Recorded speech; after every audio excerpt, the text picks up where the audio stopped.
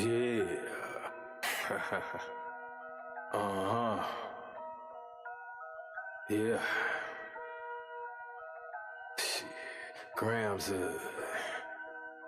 leaders CC's, pounds.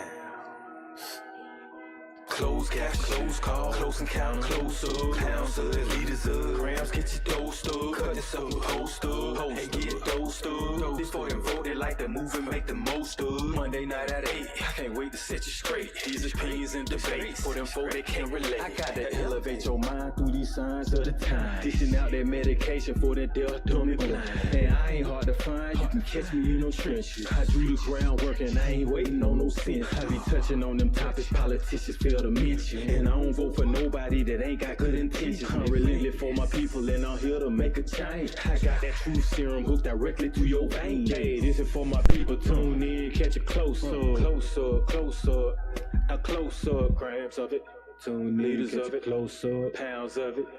Pounds of it, yeah, grams of it, liters up, pounds, get your dosed up, dosed up, dosed up, dosed up, dosed up, dosed up, dosed up. So you can't hear me? Alright, so I tell you what, that's okay. Call that number I gave you. Hold on. Alright, so look here, y'all. We on Dosed Up today. It's Monday night at 8, obviously. Me and Lab got some shenanigans going on where we have a guest and she can't hear me right about now. So we are trying to get this going so you can hear both of us at the same time. So just bear with us. This is like a little new thing we got going. But in the meantime, my guest is StellNova. And I'm quite sure she has some interesting things to say to us. Weekend recap. Lab, I didn't really do too much, but set this up right here. That's it. Well, did a little bit of talking to possible investors, you know what I'm saying?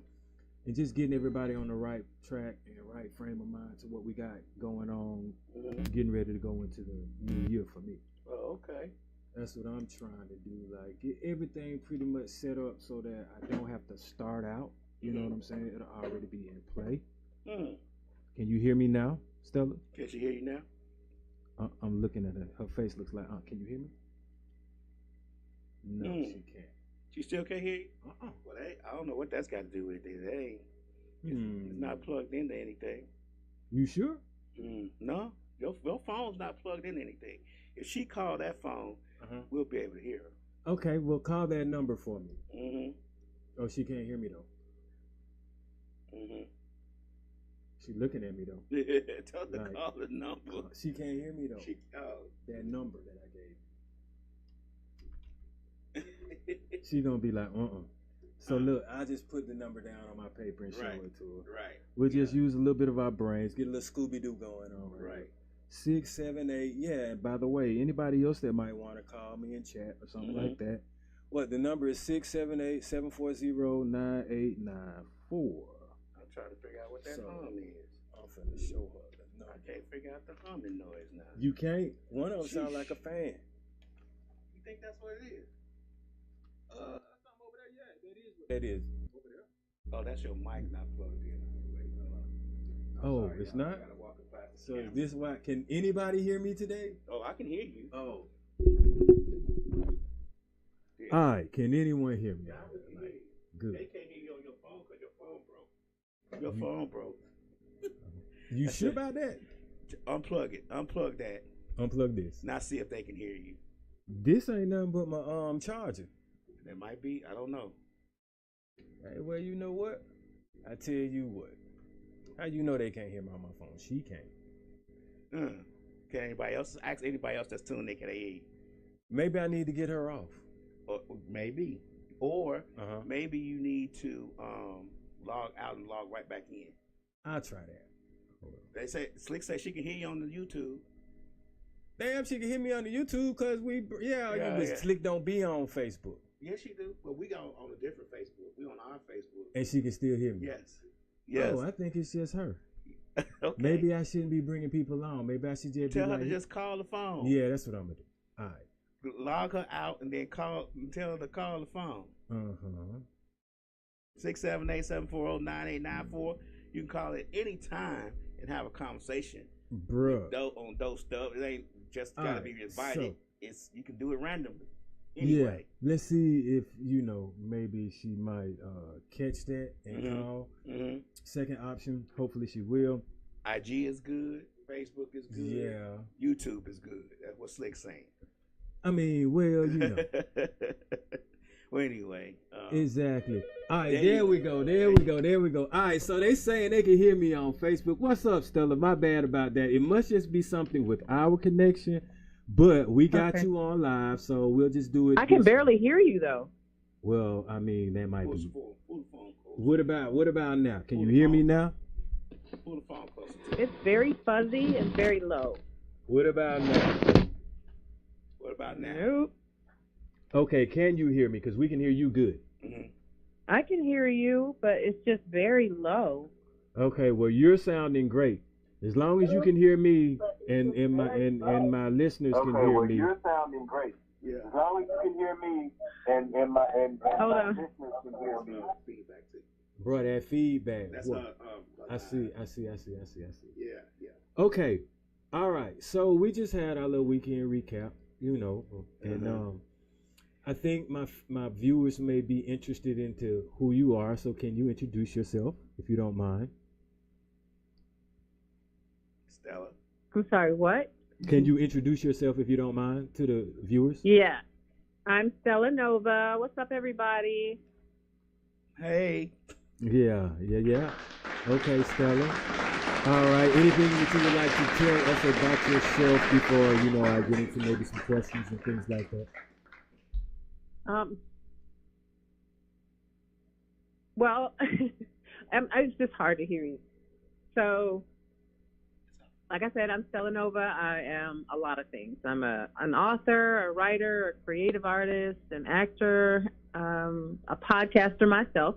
I have my own podcast. It's, on like 7 different platforms. It's just audio for right now because I have 2 separate podcasts. I have one that's audio only, and then I'll be producing another one soon that I can't actually talk about it because I just signed an NDA. So I'm a super creative. Awesome. What was your favorite episode, or how many episodes of your podcast have you aired, and what would be your most favorite so far? I have over 200 episodes, yes, okay. About 13 or 14 seasons, because I think I did like 20 episodes per season. And so here's the thing. Let me tell you about how it kind of started, and then I'll get into that. So a friend of mine was like, okay, because I talked about, doing another podcast, because I've been doing podcasts since Blog Talk Radio, so I'm not new to this. Mm-hmm. So I was talking to my friend about, I want to do another podcast, but I don't know what I want to do yet, blah, blah, blah, blah, blah, and I need a co-host. And so he was like, why? And I was like, because. No. And so he was like, no, you can carry this all on your own. And I was like, but can I? And he was like, yes, you can. You should do it. And so I was like, all right, what do I want my concept to be? So then I started thinking, and I was like, I want to do something where I'm just being me, unscripted, unedited, just me practicing comedy, me talking about life, love, and other disasters from a comedically skewed perspective, which is my tagline. Okay. So that's basically what I started doing. So then I don't know what prompted me, but I looked at my phone, I looked at my notes, and I had over 500 note recordings, like voice recordings, voice recording notes rather, not in my notes, but it was a voice recording. And I was like, dang, I didn't even realize I had been recording all this stuff for all these years. So I started listening to stuff from way back, I'm talking like 4 or 5 years ago. Well, more now, because my podcast has actually been out now about a year and a half. So I started listening to stuff, and I was like, oh, I already got content. So you know how we Virgos are. We just be doing stuff, and then all of a sudden that stuff turns into something bigger. So I was like, oh, shoot, this is dope. So I started posting them. and I taught myself how to use Canva, and I make all my little art jackets, and the little, what do you call it, the thumbnails. I make all of them myself. They're fun, and I use my Bitmoji most of the time because I think it's kind of fun and cool and it's different. And so so Boxing Stella podcast, it's named that way because people are always trying to box me in. They're like, oh, why don't you just stick to this, and why don't you just do that, and why don't you just do this? And I'm like, nah, why don't you just do that one thing, and I'll go do the 10 things I'm working on. Because how people always want to limit people, and they're like, oh, you should work on this. No, I'm gonna work on what I want to work on because Spirit is moving me to do what I do, and I'm capable. Okay, so I'm gonna be quiet now because I can get along with it. You're capable. Okay. So you mentioned the podcast, but I've known you for a long time, so I know you also have a book. And can you give like a brief summation of your book and like how you went about gathering your content on that? Because it sounds like I like the way that you gather content for your podcast. Do you do something maybe different for what you actually write? Yeah, so my book is, and I forgot to tell you one of my favorite episodes, because I have so many, but one of my favorite is The Devil Doesn't Even Like Us Anymore. It's something like that. Wow. And then another one is WTF, you're doing too much, or they're doing too much. I love those. Those are like two of my favorites. Okay, so on to the book. Life in Question book has been published for almost 7 years now. And I started writing this when I was getting my divorce. It's been 8 years since I've been divorced. So actually, I think it might be going on 8. I guess 8. Well, no, because it took me 2 years to write it. So yeah, it's pretty much about 6 years old. It's been that long Life ago? in Question. Wow. What? I said it's been that long ago. I remember I bought one. Yes, thank you for your support. Oh, yeah. Have you actually used it? I use whatever I bought from you. Of course. To help you get to know people better. So basically, again, it's titled Life in Question, the Urban Book of Questions. And it's basically just over 1,000 questions to help you get to know yourself and others better while having fun. I call it the #dating Bible, #wingman, because that's literally what it is. And I'll give you an example. When my son was like 17, he was going away to the service, and of course, he's starting to really, feel himself and talk to girls and stuff like that, because he kind of came into himself a little bit later. And so young girls, especially in his age group, they weren't talking. They're just, they sit on the phone and twirl their hair and, talk about little baby and money and bags and getting the bag, but they didn't really have any real conversation. And my son is not like that, because he came from me. So he has depth. So he's like, man, Ma, your book was awesome, because I had to use it to try to get a couple of girls to open up and actually talk and have a real conversation. Okay. And I was like, yeah, I feel sorry for you, buddy. But, I mean, there's just so many fun questions in here. There are different sections. I purposely put things kind of all over the place in the book. Like, there isn't a section that's just about sex, or a section just about career, or a section just about friends or family. I mixed up all the questions because I wanted people to skip around in the book. Because, people will get lazy and be like, I'm just going to look at the sex question. Nope. You're going to look at this whole book. So it's kind of all over the place in an organized fashion. There's like a fill in the blank area where I suggest, and there's the suggestions are actually in the book as well, where I suggest that people, hey, put like 3 to 5 seconds on a timer, probably 3 seconds to make it more challenging, and get you some drinks or whatever, people's party favors are. And what you do is you have like a group of people, and there's one person who's supposed to ask the question, but you have to fill in the blank. And in 3 seconds, the next person has to fill in the blank, but they have to say something different than what you said. So it gets challenging. And if you accidentally say the same thing that someone else said, you got to take a shot. Oh, interesting. So that's fun. And then there's like the yes or no questions area. There's even a section for LGBTQ plus, which I'm sure that's probably changed. And some of those questions are probably like obsolete now, because that community changes so rapidly. So anyway, you plan on making a sequel, writing a sequel to it, or You know a what? series of This it? is gonna sound so bad. I got sidetracked for a few years, did some spiritual work, and just kind of put that kind of stuff on hold. I have 2 books that I'm supposed to be finishing that I have not finished, and I will get around to it. But I have started the sequel. I was actually supposed to do a teen version, and I was going to do a younger youth version because I thought it would be helpful for parents to be able to relate to their, their youth. Okay. Like asking questions a certain way, using certain slang and that sort of thing. But that stuff changes so rapidly. Mm-hmm. It's like, oh, nobody says on fleek anymore. So it's like, oh, okay. So I write the book, I publish the book and put on fleek in there. And it's like, this book is old. Yeah, they, I mean, but to me, slang was never really that important. But yeah, they keep it. They upgrade it and update it every so often. So you do have to be, I guess, but if you want to know what somebody's talking about or be current. So that's the whole point of parents being able to relate to their children on their children's level, not on our level. Yeah. So, where do you see yourself business-wise within the next 5 years? Well, I'm going to say this, and I'm going to hold myself to it. I'm going to finish these next 2 books. Mm-hmm. The one I'm working on it's a story for my son, and he doesn't know it yet. It's a surprise for him. Oh, okay. It's a fictional story, but it is kind of loosely based on him and who I think he is. And I won't say too much into that because I don't think he's going to see this, but just in case. And then the second one, of course, would be the sequel to Life in Question, and I'll probably, like I said, focus on the teen version. Okay, so do you plan? And I have some other big fish to fry, but again, I can't talk about it.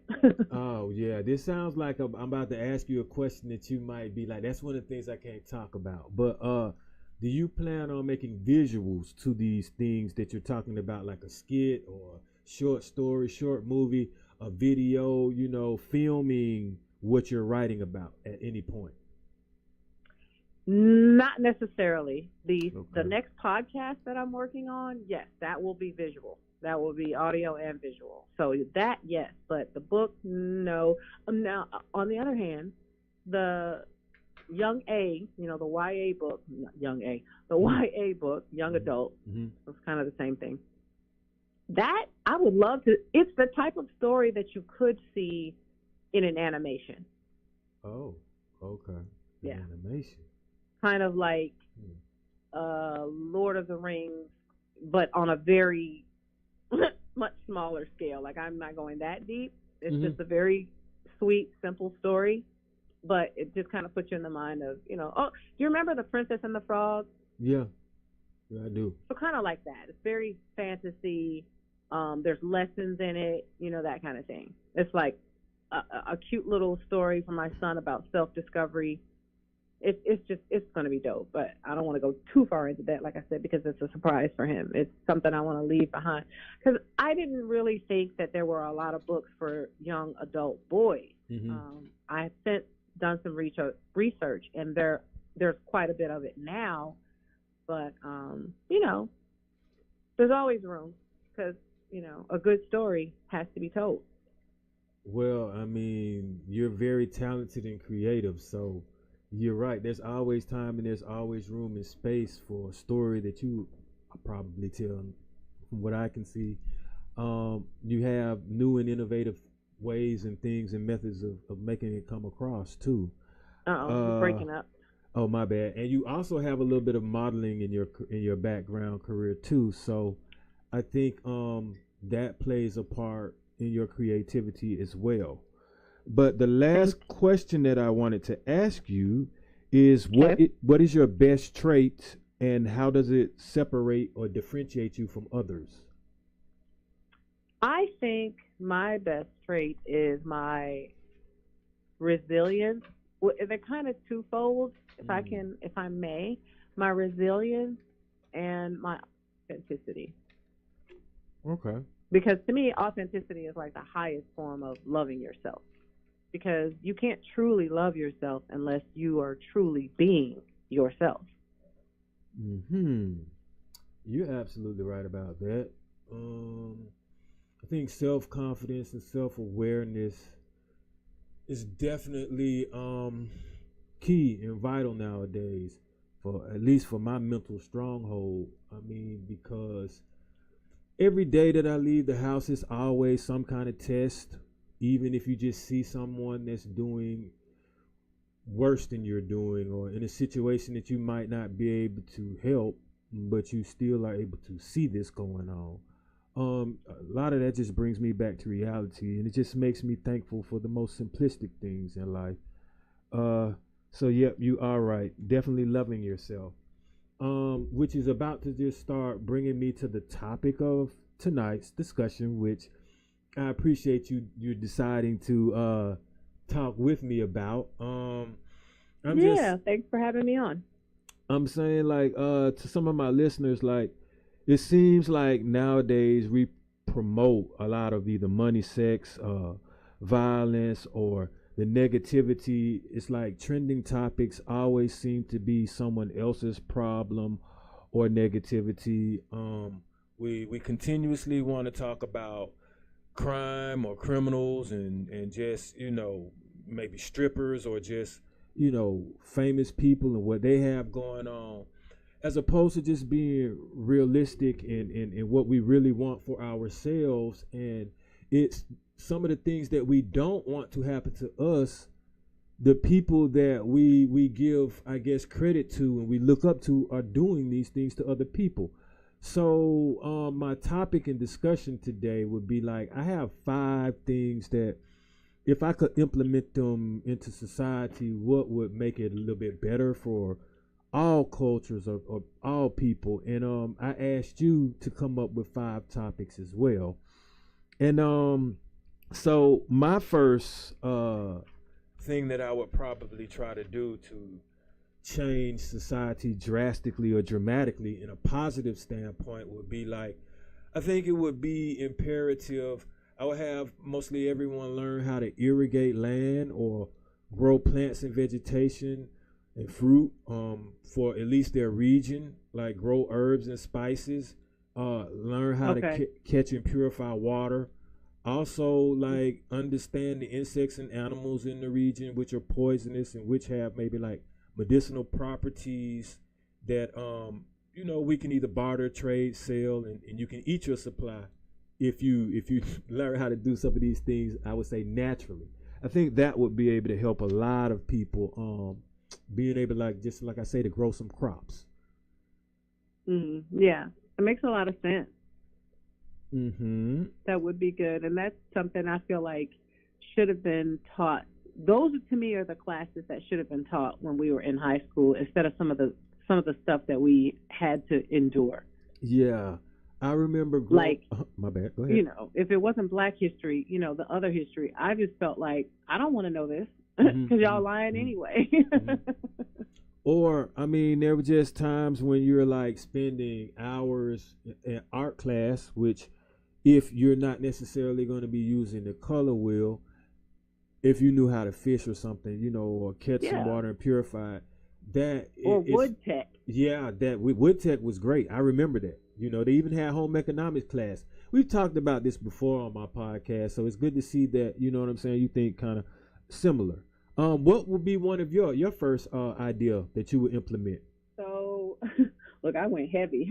Go for it. Stricter laws.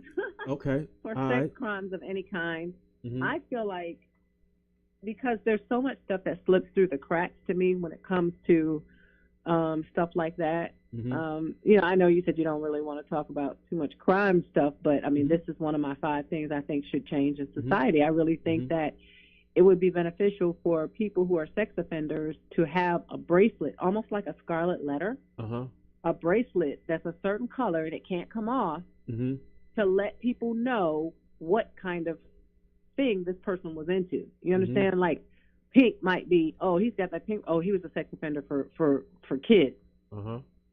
Okay. But I know the world is so tries to be so fair with people like that they won't do it, because imagine somebody with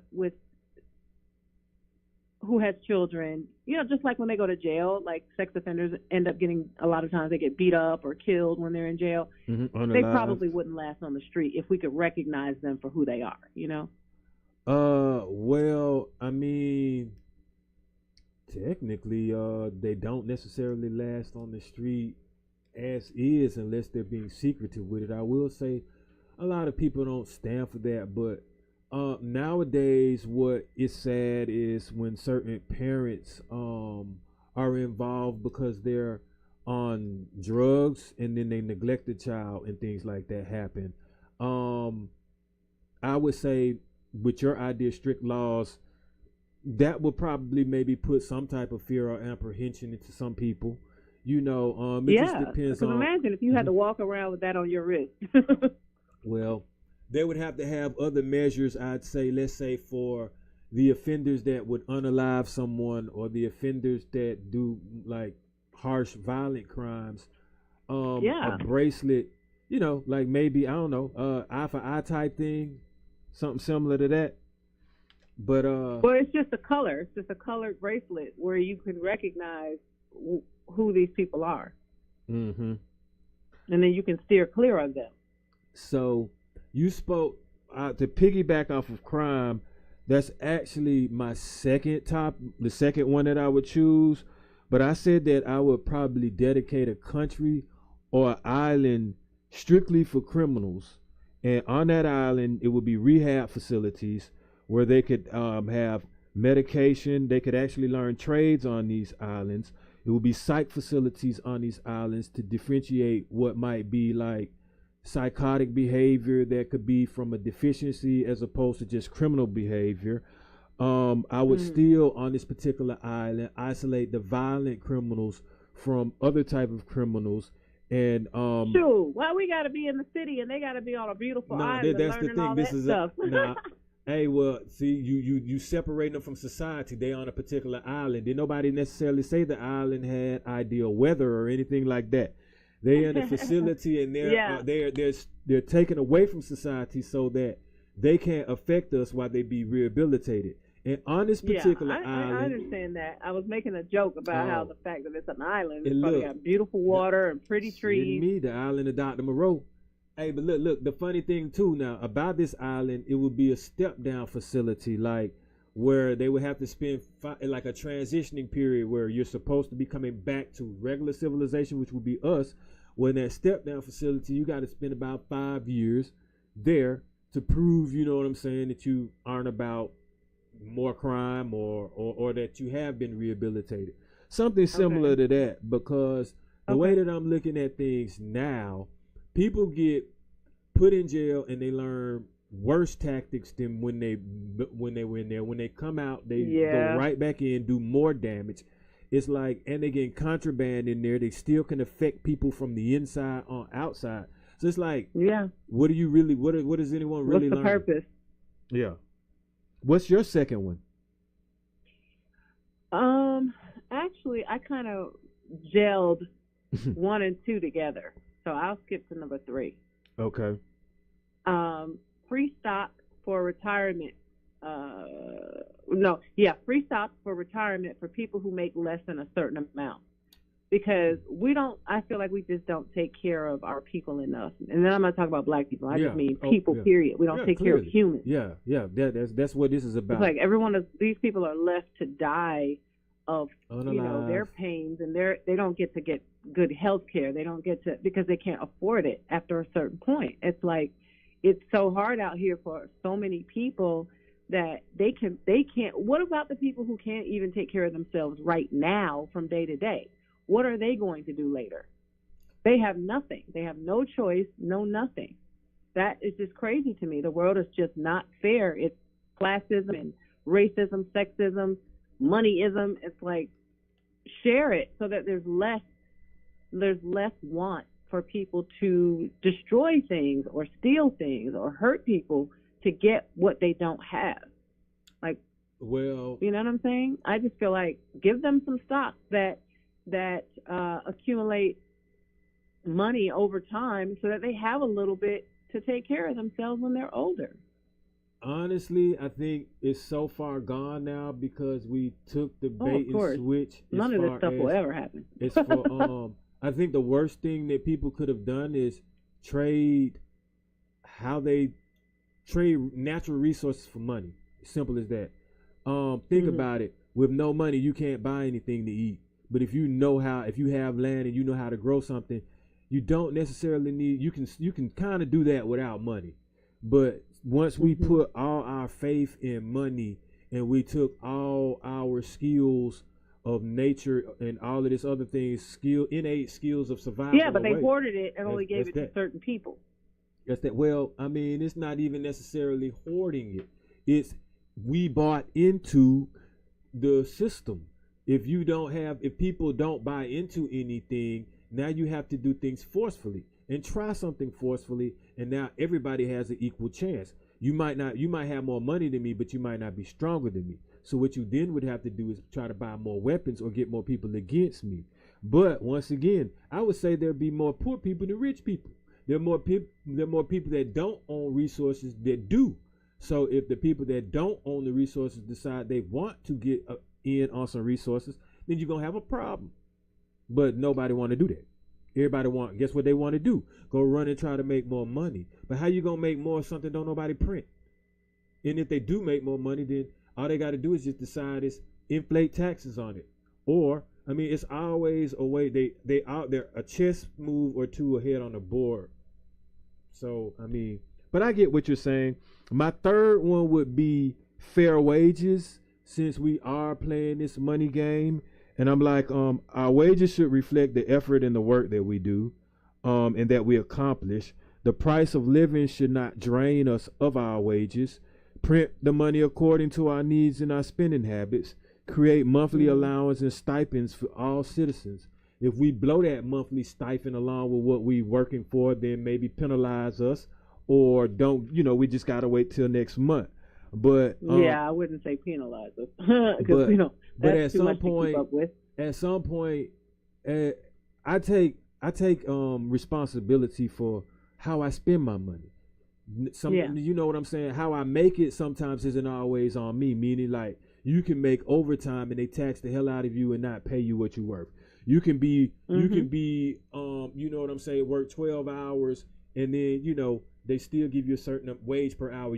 I don't necessarily have that control over that, but I do have control over how I spend my money. So at some point, if the government gave me six racks just off the blue, sure they're gonna tax it, but they just gave me 6 racks. If I blow that 6 racks within a week, and I'm like, oh man, the government tripping, they always tax, they never give nobody money, I need more money. At some point, I gotta put myself in check. You know what I'm saying? Yeah, you gotta take accountability. So exactly. So with that being said, if they gave us some stipends and some allowance, maybe we would probably start taking some type of accountability or responsibility, because we would at least feel respected that someone's paying us. You know what I'm saying? Well, it's still going to be, there's still always going to be, the world is about duality, and there's always going to be duality no matter what. We can never, ever, ever fix everything. It's not meant to be fixed. This is a school. It's meant for us to learn through and ebb and flow through those negative situations and scenarios, because they build character. So it's just not possible to just make it easy for everyone. It sounds good, but unfortunately it just doesn't work that way, because life is light and dark. But honestly, sometimes it might not necessarily be that people are making things easy for everyone, but they do make it feasible. Because I will say, think about it, the righteous route is the hardest route, to be honest with you. The righteous route is the route where you got to get up and work every damn day almost. You see what I'm saying? Where you gotta you're not participating in, I guess, what the recreational drugs, and you're trying to eat right and healthy, and you're helping people. Righteously is hard as hell to do.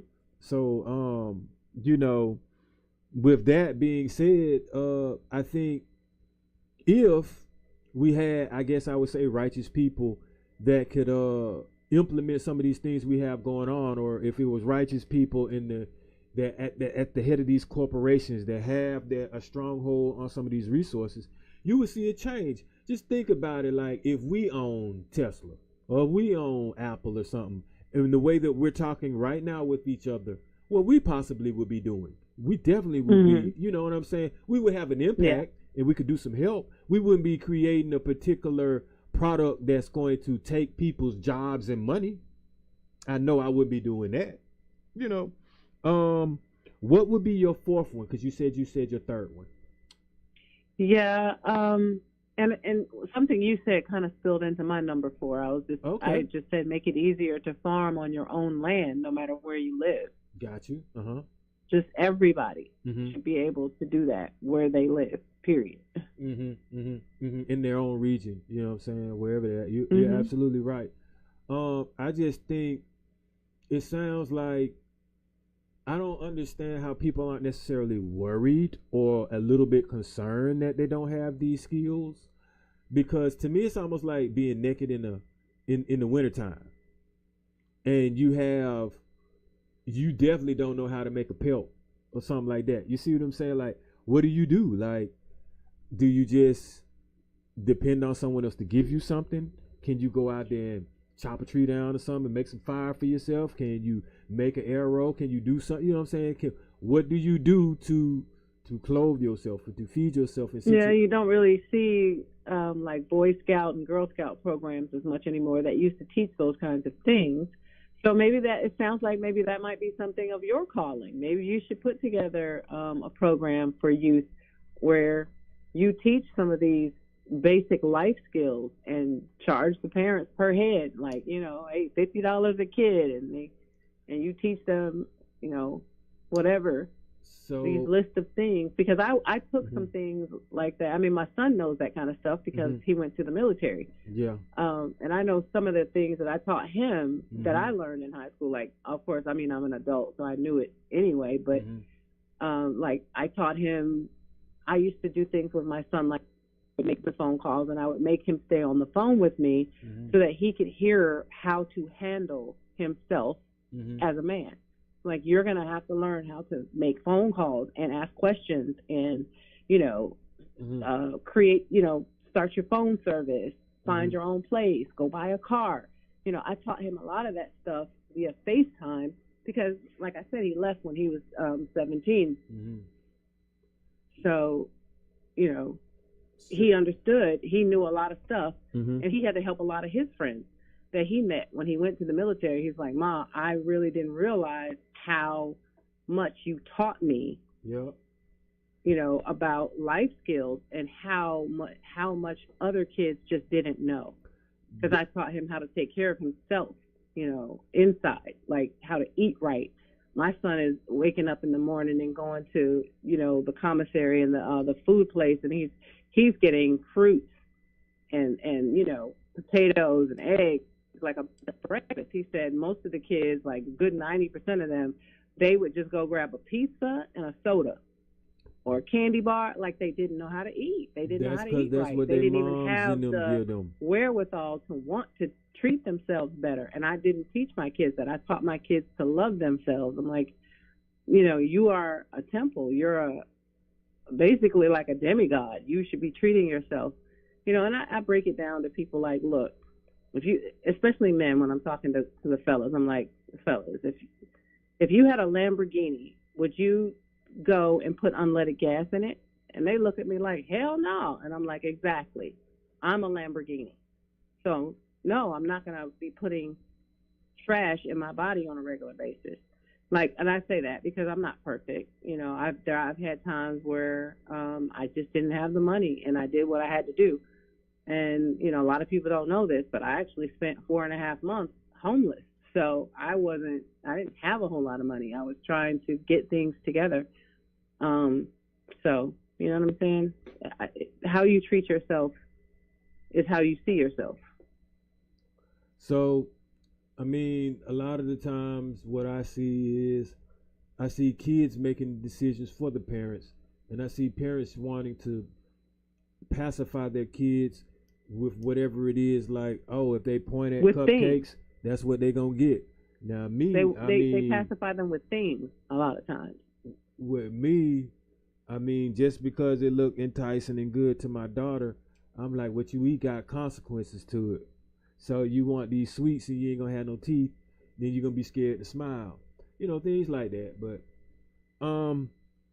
my fourth one that I had that I think if we could implement this, it would make a little bit of a difference in society is that highly televised and promoted public forums should be given at least once a month to discuss finances, race, relationships, healthcare, entertainment, and etc. amongst all cultures to help each other understand, you know what I'm saying, our people or people and what they need help with as far as asking the right questions, topics, and situations to be discussed in effort to peacefully coexist and find resolutions.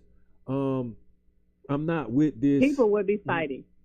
Oh, well, I mean, that's the thing. They would get in well, a then fight. they would have to fight every month. Somebody would fight. But every month you fight till you get it right. But right now my thing is this. I'm talking about physical fighting. So you have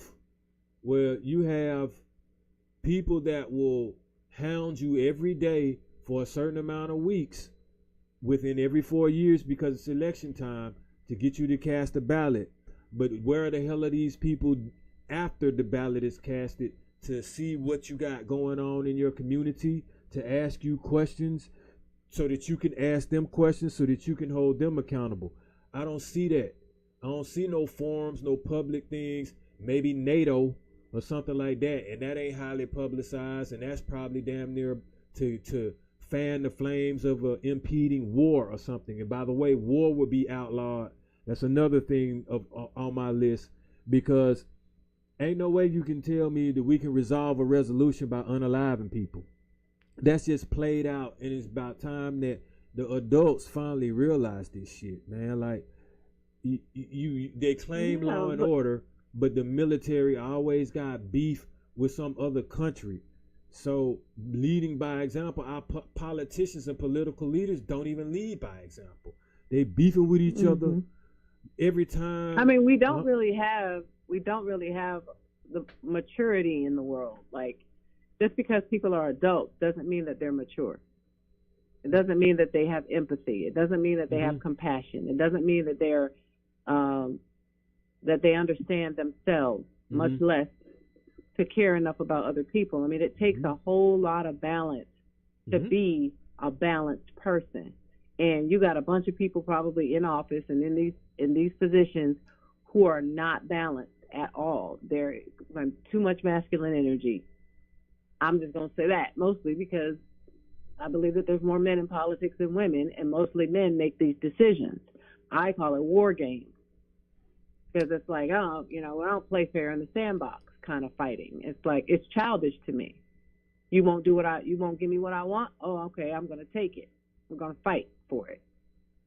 Some of the this is the whole reason why there's such an uproar now with Kamala versus Trump, because not very many people want a woman in office. We've never really had that kind of power. So unfortunately, you're going to hear me say something and it might piss somebody off, but I don't care, because I'm going to speak my mind. Again, this is my authenticity. This is what men have brought. It's too much masculine energy in the world. There's not enough compassion. There's not enough love. There's not enough balance. I mean, I'm not going to blame energy on feminine or masculine. I'm just going to say what's evil and what ain't. Because right now, if you really want to say what's trumping everything, is sex. And we know what's sexy and what sex is going to sell. So, I mean, it's just at some point, when do morals kick in, regardless of whether you're a man or a woman? You see what I'm saying? Yeah. And that's what my show has always in the beginning, been about. Early on, like we've been talking about in school-aged years, it most likely won't be learned. And I was only speaking of people in office. I'm not talking about everyone in the world. I was talking about the war games. That's masculine. That's masculinity, because men are the ones making most of the decisions when it comes to that. I mean, well, I look at it like this. If that's what they choose to do, which is completely stupidity, in order to offset it, you're probably going to have a man to stand up against it. Or, I mean, to me, I would just say nations. An opposable force, I say, is man, woman, and child. That's how I look at it. It's going to take more than just man to solve this and resolve this. Exactly, and that's exactly what I'm saying. You got that on the plan, So it's but not that's just what like, I'm saying. but a lot of men do not want women to have that kind of power. That's my point. It takes more than just the masculine energy to balance the world. It's going to take the feminine as well. And the thing of it is we all have both. We all have masculine and feminine energy. But if you're too far in your masculine energy, that means you got too much ego. What happens if you're too far in your feminine energy? Since you said the duality. You might be a little too soft or too emotional. So who gauges and how do you gauge? I guess you have to gauge it depending on what you're dealing with. I don't really know that there is no meter. I don't think there is a verbal gauge or a numerical gauge for something like that. That is just going to be something that has to be dealt with per situation. It's like, okay, does this situation require us to be more compassionate or more aggressive? It's that simple. Do we need more aggression in this scenario right here, or do we need a little bit more compassion? So it's on a case-by-case basis. It isn't something that can be quantitatively measured. So I look at it like that's one reason why I said we have to have public forums and discussions. And the main thing I said was... But they have those at the courthouses, usually in every state. They put that stuff out there, and they let you know when there are going to be community meetings and stuff like that. I've seen them even where I live. But this is like, that's what I'm talking about for end a up state. Fighting each other. I'm talking about like we have representatives, like I just mentioned, like NATO, like national, or like this is a world issue. My issues don't just be statewide. Yeah, but we don't make the decisions, again. And that's why I'm saying, like, I make decisions of what I got going on in my life. I make the decisions of what energy that I'm going to put out there. So I make the decisions about what I got going around within the matrix that I'm in. If you don't make decisions, then you probably either don't have a job or you're not productive. So what I'm saying is, based off of what I've seen and what my parents have seen for all of these years, and what you just said, whatever meetings you just said they had obviously ain't doing the trick. So no, and that's my whole point. It's not. I don't even think it ever will. It's not. I don't even think it's meant to. It's just. I honestly think all this stuff is smoke and mirrors, and it's just to make people feel comfortable. So if all of this is, it's for appearances. For appearance purposes. So the government, the politicians, all of those people, the corporate conglomerates, all those people that are in bed together, they are going to do exactly what they want to do, the way they want to do it, when they want to do it, how they want to do it. No matter how we vote, shit is still going to go awry because they're going to do what they want to do. If it serves. So my question there's a lot would of be, shit that goes on that we don't see. My question would be then is, what is the importance of a vote? If it's going to be that, I don't think it's important. I'm different. I mean, people will argue with me all they want, but I ain't gonna argue with you at all. Matter on a certain level, because again, we voted a certain way, and yet shit is still messed up year after year.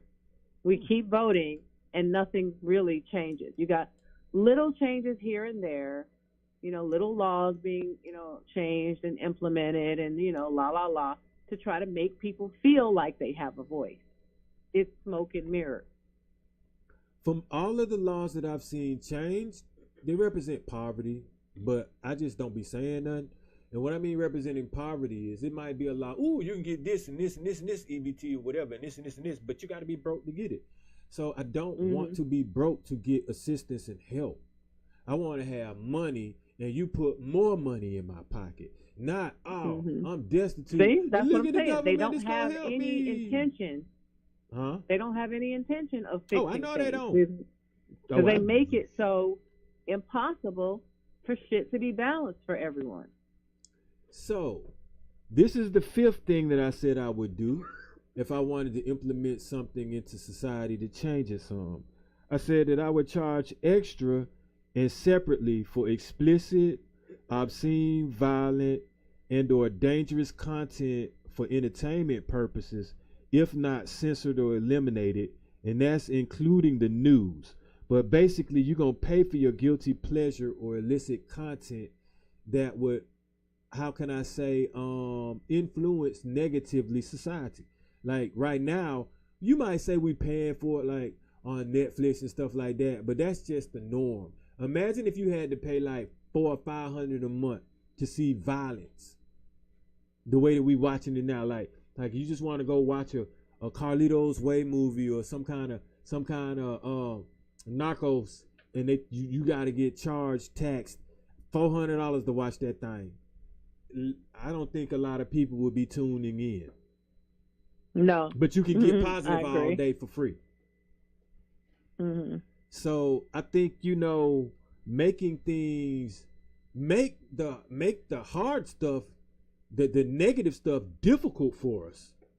It's so easy that everybody doing it and buying into it now. See, like I just said, righteous is hard to do, but negative is easy. When the negative starts becoming hard on us, and you start getting that instant karma, that instant, it just, like you said, duality just come right back at you, that instant justice, then we start wanting to change it. We be, oh man, I don't want that. I don't want it no more. I mean, because we start seeing the effects. But when we can sit up here and have fun all day with it, watch it how we want to watch it, and it's steadily destroying us, but since it doesn't really reach our backyard per se or hit us as close as we think it should, then it's not necessarily affecting us. Mm-hmm. What was your last one, or did you get to your last one? I did. I wrote it. I got you. So what do you think is like coming? One of the things that I definitely know the robots are coming. You know what I'm saying? I think a little bit more natural disasters are coming, that can, which will make certain things in society change a little bit, which is why we're having these discussions and topics, because hopefully somebody, you know what I'm saying, might feel like how we feel and usher in some peace or duality, like with this new stuff going. Well, that's what's happening now, in case you don't know this. I mean, the world is changing, and people are scared. But I honestly believe that the world is changing for the better. But unfortunately, in order for things to change for the better, they have to get worse. Mm-hmm. That's just the way the world works. That is the duality of this universe that we are in. We are spirits having this human experience, and we have been given free will, and free will has run amok. And now we're paying for it. But Mother Nature will often step in and start ridding itself of the disease. We are the disease. So, okay, now what we're going to have to start discerning is what is Mother Nature and what is man-made creating.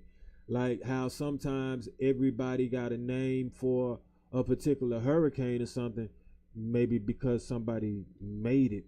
You know what I'm saying? Like you have these CERNs, and you have, what can you say, these DARP, and you have all these other, and that's another thing where I say we headed with corporations. Corporations, man, they like thorns in our side in society. These corporations really be doing diabolical things, and they bankrolling the politicians. Corporate conglomerates, and they back the politicians. And so my thing is, and like I said in the last episode, you can tax them, but you ain't stopping nothing. You know what I'm saying? Hey, I'll throw a little money somewhere to continue to make billions and continue to control you, pay you off. Like that's what the tax might be. Mm-hmm. Interesting. So that's another thing that's going to be headed that we got to look at too, is like taxes and restrictions for us. And a lot of times when I'm talking taxes, I mean like they taxing cash out.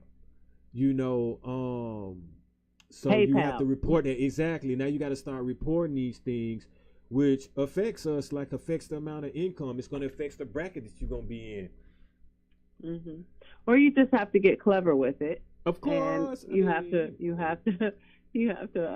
tax free, mark it as a gift, rather than something that's eventually, paper is, and that's what I was saying too. Like I said, print. If we make money, you can control poverty, which is obviously controlled. It's intentional, I believe, because It's nothing to make thousands of dollars and give it to somebody to bring them up out of a debt. I mean, Yeah, it's just a everybody's myth. not You just print it and responsible. give it out. That's the problem.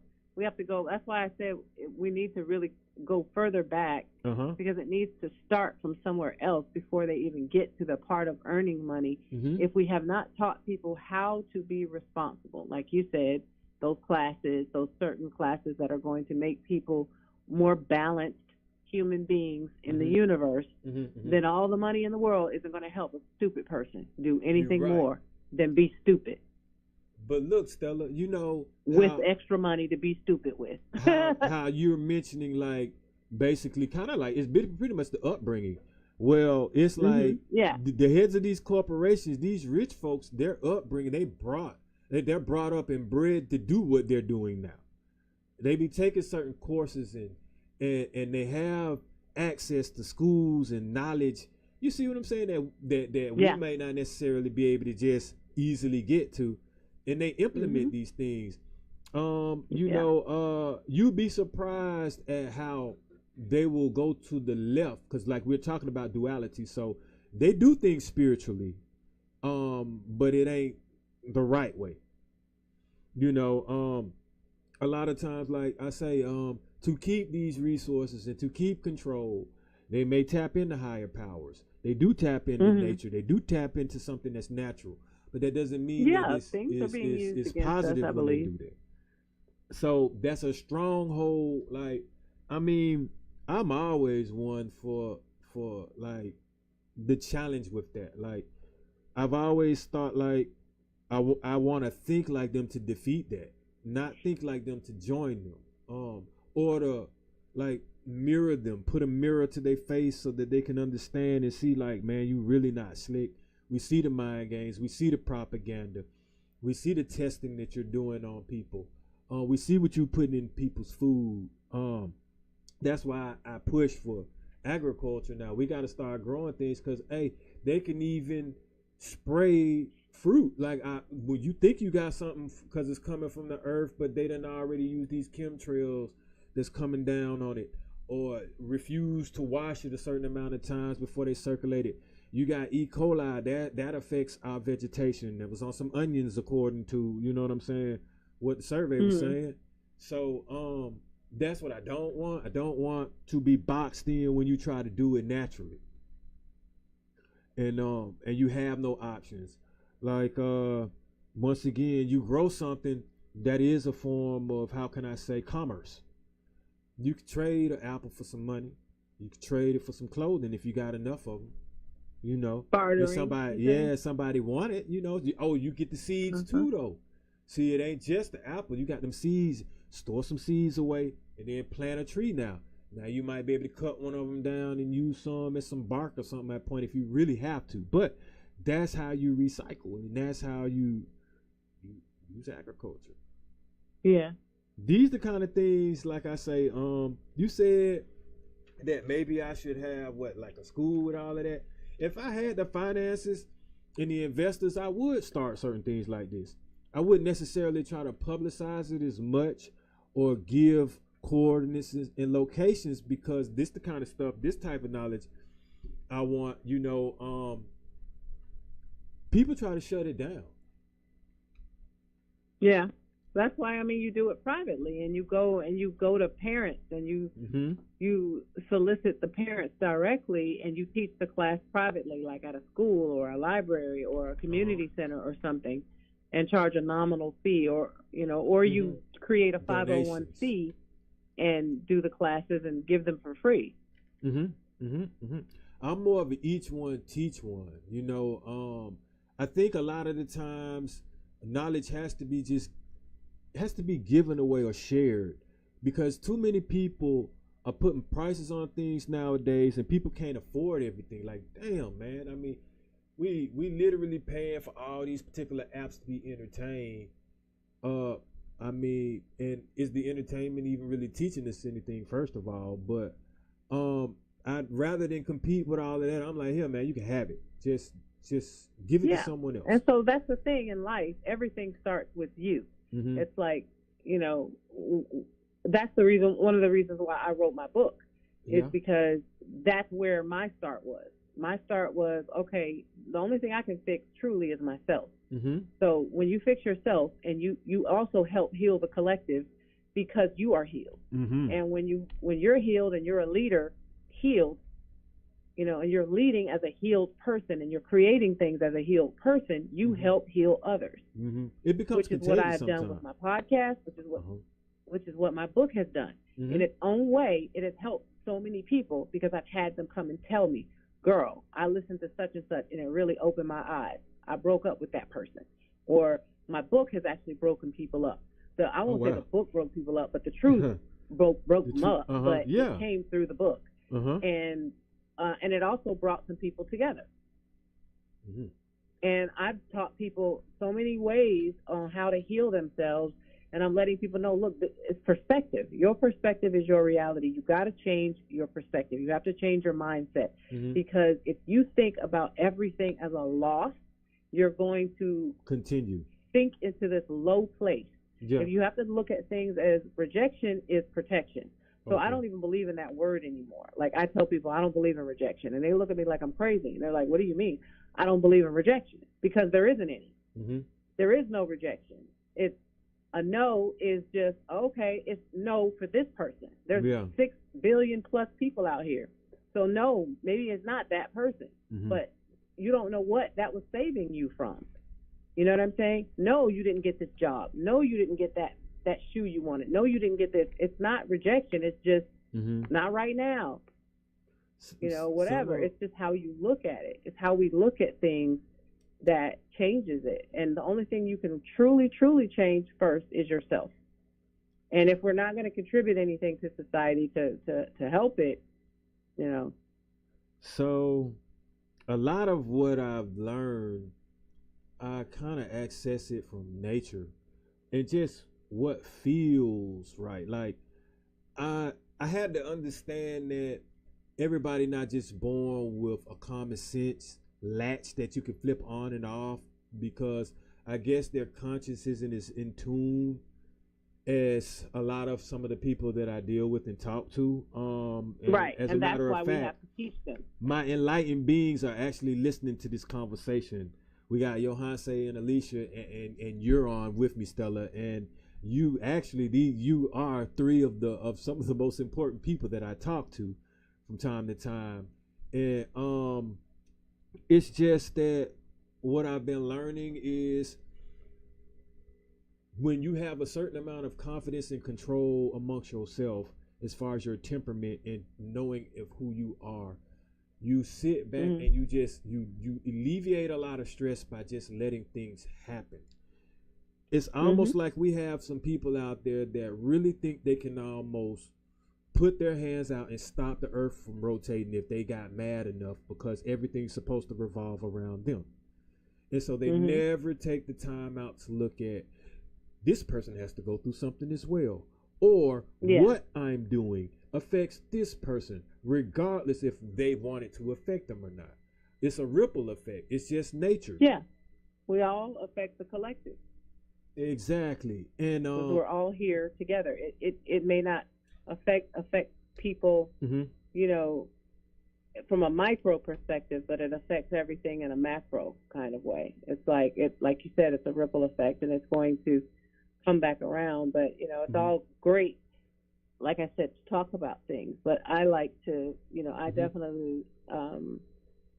I'll say this too, to add to that 5-year question. This kind of stuff that we're talking about, I will contribute to it more in my own way, and I do that through creativity, like the books and sketches and podcasts, and the way that I think, the way that I say things, the way that I see things. It's I'm doing my part that way, and you're doing your part this way.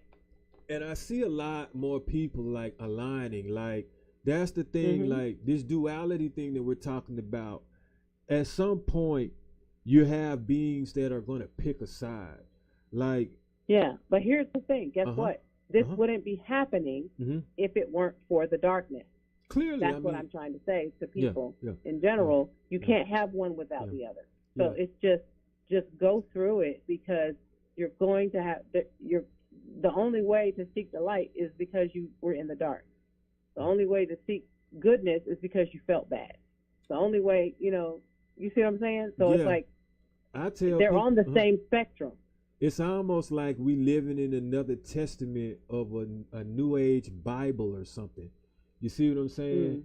And it's like while we're trying to live out of Revelations at the same time, but at some point, like, it's going to boil down to how people are being treated and whether they can take enough of it or not. Because we're already being controlled. We get that. So people can be controlled, but how are they treated when they're being controlled? And the treatment is starting. They can't control your mind, though, unless you let them. Well, yeah, you're right about that. I mean, when I mean control the atmosphere that we're in right now, it's a controlled no. I knew exactly what you meant. I was just agreeing with you and also saying that, but at least we still have control of our own mind. Yeah, and our soul. And that's where it all starts. Yeah. And if we as a collective start changing and healing our mind, we would actually change and heal the world. Clearly. Better. Clearly. Because that energy starts to spread. And that's what I'm saying to you is despite the war, despite the talk of war, despite the shit that we see on social media, despite all of that, that is literally what is happening right now. It is called a new earth. A new earth is being formed, and the spiritualists, the spiritual people, the high vibrational people are now starting to emerge. Yeah. And starting to heal the collective. We just have to hold on and have faith and believe it, and we got to change. We have to change ourselves and help other people change. We have to help other people learn to tap in. So, like, I'm always one to say we one with the earth. So the spiritual beings we're understanding, man, they're literally destroying the planet. Can't nobody win with that. You see what I'm saying? As far as like I say, but okay, I'm sorry. Let me interject real quick. Go ahead. However, and I get what you're saying, and I agree to a certain extent. However, the universe cannot be destroyed. Man is not powerful enough to destroy this universe. No, Mother Earth is an ecosystem in and of itself, and it will destroy us before it allows us to destroy it. Clearly, which is why we got the global warming at 3 degrees, about to jump up to 5. It's getting rid of the toxins. And again, we are the toxins. That's why I really don't trip anymore when people are, they're like, oh, I'm like, you know what? I'm doing right. So I ain't worried. I mean, I'm not worried. I'm not worried. Scared. We're all going to die one day. Oh, clearly that. Whether we're going to unalive one day. But the thing is this, like, there is no worry, but there's just awareness, like, and being prepared. Like, I'm aware that if you unthaw a certain section of land that has been dormant, you may release viruses and chemicals and things into the air, bacteria, microorganisms and things like that ain't never been, you see. And some of them are actually over there trying to extract it on purpose. But all I can say is it's been a wonderful life, no matter what they got going on, because life is precious. So even when they do these diabolical things, even when I can see things coming down the pipeline, I be waking up thankful for the air. You know what I'm saying? Exactly. And I want another shot at it, But I always encourage my people, man, because and it ain't even about systematic encouragement. It's just about believing in yourself. Like, things that just ain't necessarily taught, I try to, implement into people in their daily ways. Yeah. And you're doing a great job of that, like, starting your podcast and sharing and spreading it. This is healing the collective. Well, I definitely appreciate you coming through. Thank you for letting me. Oh, and you need to start letting people. I put in the chat where they could find the book. Yeah, that's what I'm saying. I see that. And you put your IG information and all that other good stuff out there for us. Oh yeah, I forgot about that. You can say it because they can hear you.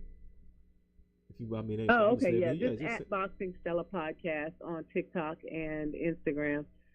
On Facebook, it's just under StellNova. You feel like doing this again one Monday?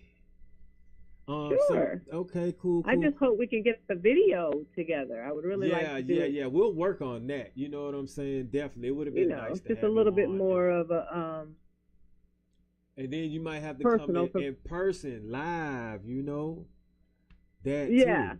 When I pop through Atlanta one day, you'll be one of the first people I let know, other than my fam. Yep. Is there any? And I'll make my way back home eventually. So, anything that you would like to leave the viewers and listeners with?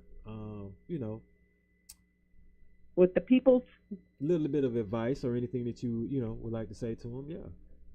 I would. I would like to say whatever it is that is on your heart, on your mind, in your spirit. The little voice inside is like, oh, you should do this. You should do it. Don't hesitate. Find a way.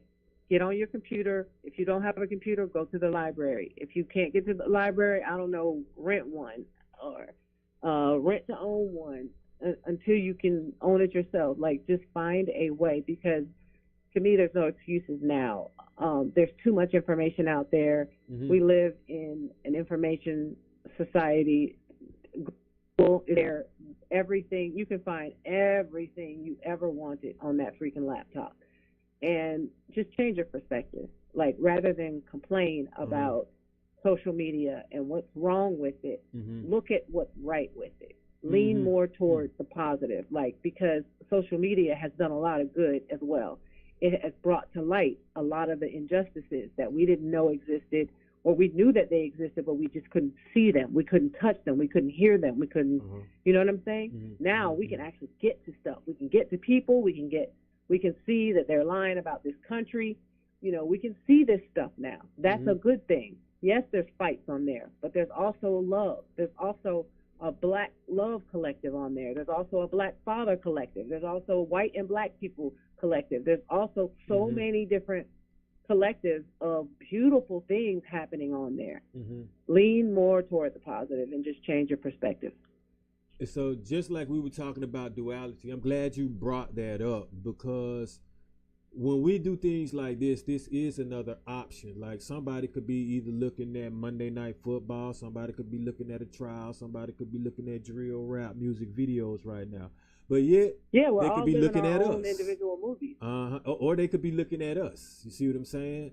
And I'm with you. I'm thinking more and more people are going to be more along the lines of what we got going on.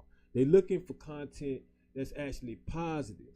They're tired of being shocked and triggered and depressed about what's coming through their phones and whatever algorithm that has been quote unquote created that keeps, you know what I'm saying, pumping. But we kind of create our own little algorithm as well, because what you look at on a regular basis is what they start showing you on a regular basis. So people still have to change their mindset. If you don't want to see the fights, you have to unfollow the pages that show that kind of stuff, and then it'll stop coming up in your feed. Another thing that I would like to kind of like piggyback on and definitely stress to my viewers, and then we get ready to wrap it on up. But as I'm getting ready to go into this new year, I'm going to have a team, or as one of my partners, one of my Soft G's would say, a tribe. And with that tribe, you know what I'm saying? Like, it's close-knit, closed circuit, communicating, like-minded people. You don't have to worry about anything negative when someone comes. Like, my people literally, like, that I can trust and that I listen to, they come to me with resolutions. They come to me with positive things. They don't come to me with problems. And if it appears to be a problem, it's an experience that they're having that I can relate to. We chop it up. We wish each other the best. We support each other on it, and we give each other a resolution, and we call it a day. We don't be harping on this, trying to bring the next person down or trying to be a misery loves company type person. I'm just, like I say, I'm not through with helping people, but I'm through with the having the stress to help people, because like you say, helping is healing. And so I just wanted to, like I say, just appreciate you once again and my team, you know, that's tuning in. And we ready to go. We on go for this upcoming year. Yes, I love it. All right. So with that, and when I was saying change your perspective, I didn't mean you guys. I meant like the general collective that might be listening. Oh, clearly. We talk about perspective all the time and projecting too. So we've actually literally had a podcast episode on that, which once again shows how, you know, we're friends. You know what I'm saying? We think kind of alike. Yeah. So that's that Virgo power though, by the way. Yes. Virgo twin power. Activate. Exactly. But I hope you guys will check out my book. It is a dope book. Mm-hmm. You need to use it. Use it when you meet somebody new. Use it with your friends, family, on a road trip. It is so useful. And the podcast is crazy. It's a crazy wild ride because it's my alter ego. Okay. And a lot of my comedy comes out. And what I need you to do, I need you to keep that book by your side, because the next time we do this, I want you to actually read a couple of excerpts out that book. And as a matter of fact, I can ask some of the questions. When we off air, I'ma holler at you. Give me some ideas from the book. We'll do a topic out your book, and then we'll stretch it like that when we do another episode. There really is no topic. It's like it's a book of questions. A book of questions. So we just literally we can pull numbers. We can use birth dates, like however you want to do it. Yeah, I'll ask that question, and then everybody that's listening can chime in on the chat and answer the questions. It's fun. It's so much fun. You get to know each other, you know, get to know people so much easier and faster using it. All right. Sounds like a plan. Okay. With that being said, peace out, everyone. That's Dosed Up, another episode. Shout out to all my Chevy riders, though. Later. Peace and love, y'all. Thanks for having me. Love you.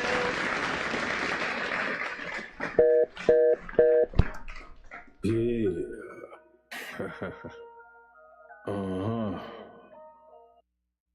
Yeah. Grams leaders CC's pounds. Close cash, close call, close encounter, close up, pounds of leaders of grams, get your dosed up, cut this up, host up, and get dosed up. This for them voted like the movement, make the most of. Monday night at 8, I can't wait to set you straight. These opinions and debates, for them folk they can't relate. I gotta elevate your mind through these signs of the time. Dishing out that medication for that deaf, dumb, and blind. And I ain't hard to find, you can catch me in no trenches. I do the groundwork and I ain't waiting on no sense. I be touching on them topics politicians fail to mention. And I don't vote for nobody that ain't got good intentions. I'm relentless for my people and I'm here to make a change. I got that true serum hooked directly to your vein. Hey, this is for my people, tune in, catch it close up, a close up, grams of it, tune leaders of it, close up, pounds of it.